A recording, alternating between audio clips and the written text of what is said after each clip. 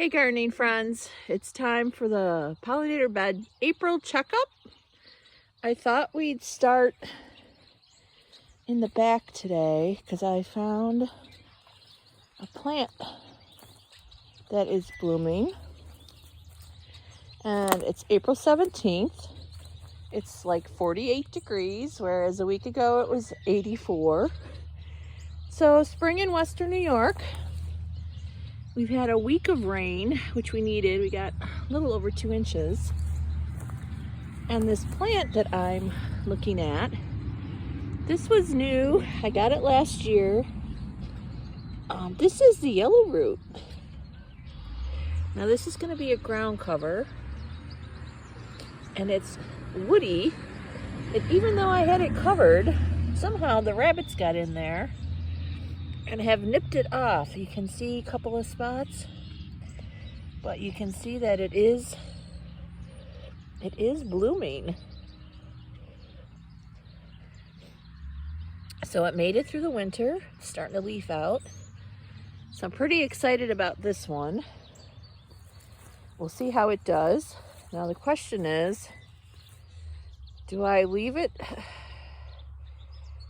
caged in, or maybe I'll have to get some fencing and put around it, because obviously the rabbits are liking it and I don't want them to mow it down completely. So this is the old foundation area that backs up. It's the back of the pollinator area that I've been working on, and I've got a bunch of invasives in here. Well, the ubiquitous garlic mustard, and then bush honeysuckle. So before it rained, I had a landscape crew come out, and they took out over 40 large honeysuckles that I had tagged on my 1 acre property. And most of them, I didn't even know they were there until I started tagging them. They were in the hedgerow where the Norway spruce are starting to die. So I see a nice tree here. This is a native, I think this is a cherry. I'm not sure which cherry, but we're gonna leave that. And then I have another invasive. That's lesser Celaedine.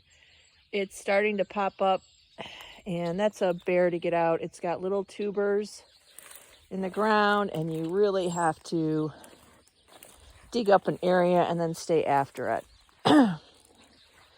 So constantly the fight of invasive plants. And then in my mulch path here, you can see this trail. This is where the voles were running through.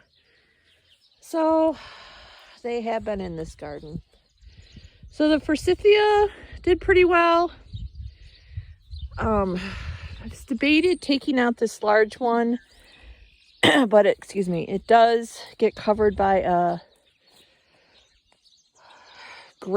wild grape later in the summer. So I have a nice, grapes are native. This particular grape is native.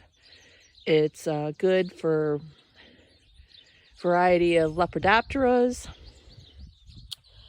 The 9-barks have leafed out. But I'm very disappointed to find out that the dark leaf 9-barks, while native plants and the flowers are good for pollinators, the dark leaves, our native insects, don't like them. So what to do? Because I did put a couple in this garden. And then speaking of 9-barks, my gold 9-bark, I don't know, doesn't look good. I've only got looks like this one stem. Look at it, it's broken off down at the bottom, but when I pull on it, it's not coming out by the roots, so I don't think voles got it.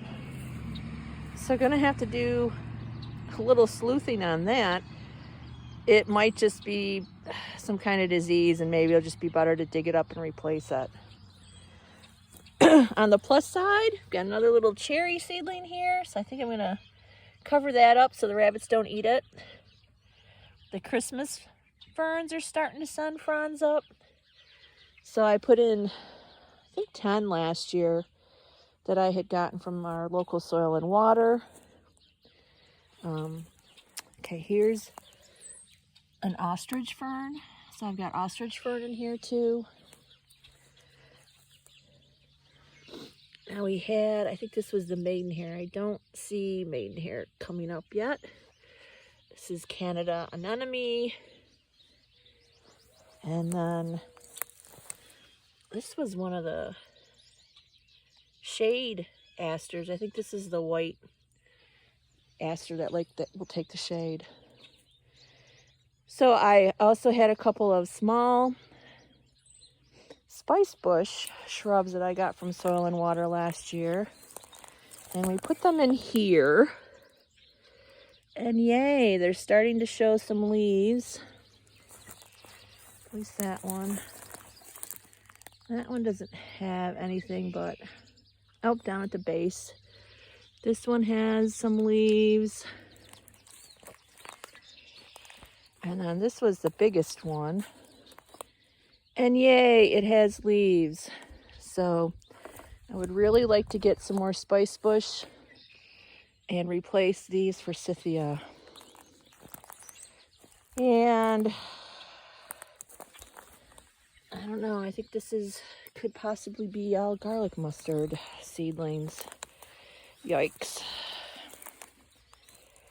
So let's get out of here. I don't want to step on anything important.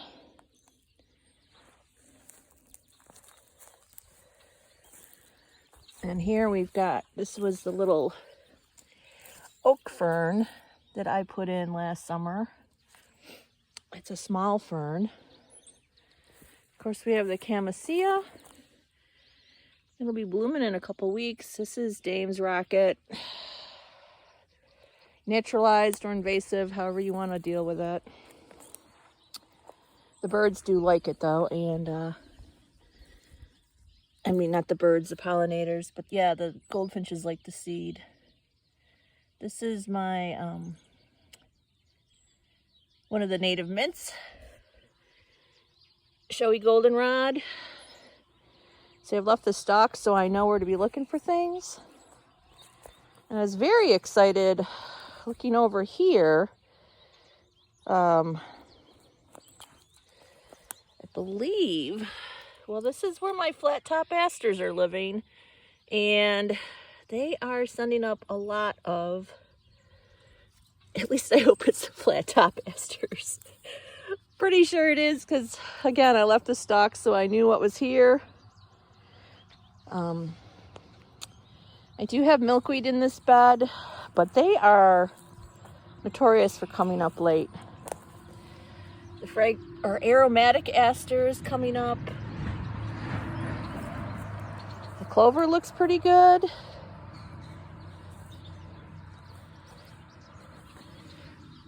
Culver's root is starting to emerge. Oh, that was a liatris. Liatris, yeah. Gay feather. Butterflies like that. I think this is my pale coneflower. Did put some allium in here. There aren't very many native alliums. These are the bigger bulbs. Pollinators do like them.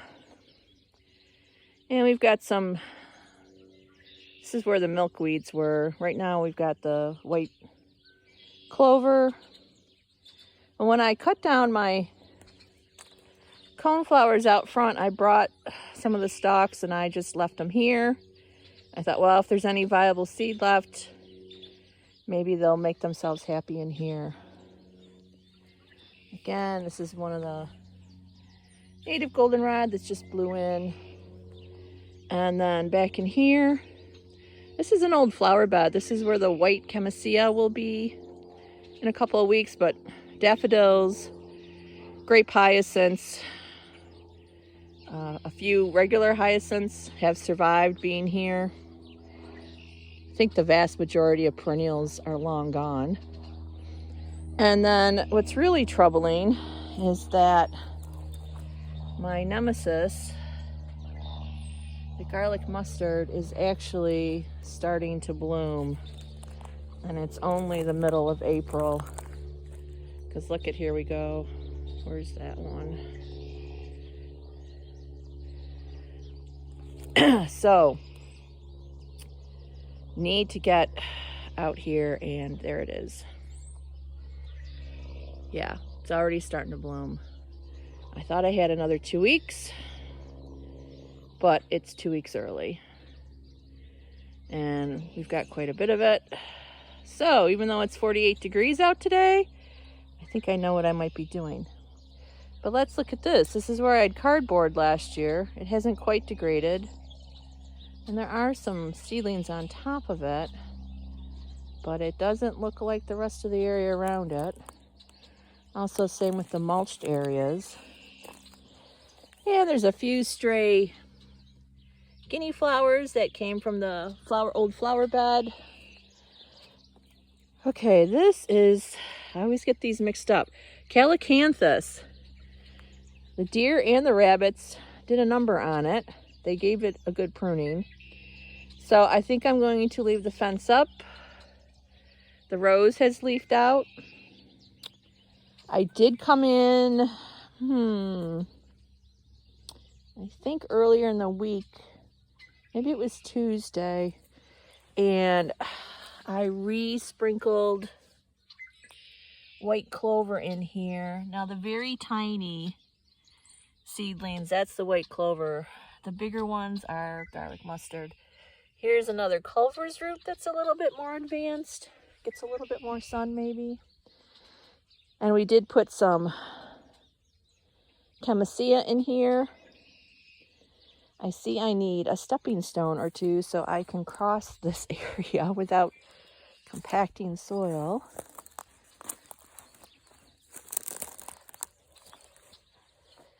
And I had transplanted a couple of wild sedges I found. So they're doing quite well. This nasty stuff is sticky bed straw. It's another annual weed, but it grows up through everything, and it's an early, well, it's a fall germinating weed, so then it stays green through the winter, and as soon as it warms up in the spring, it just takes off. And it's rather prevalent on my property. Here you can see some more.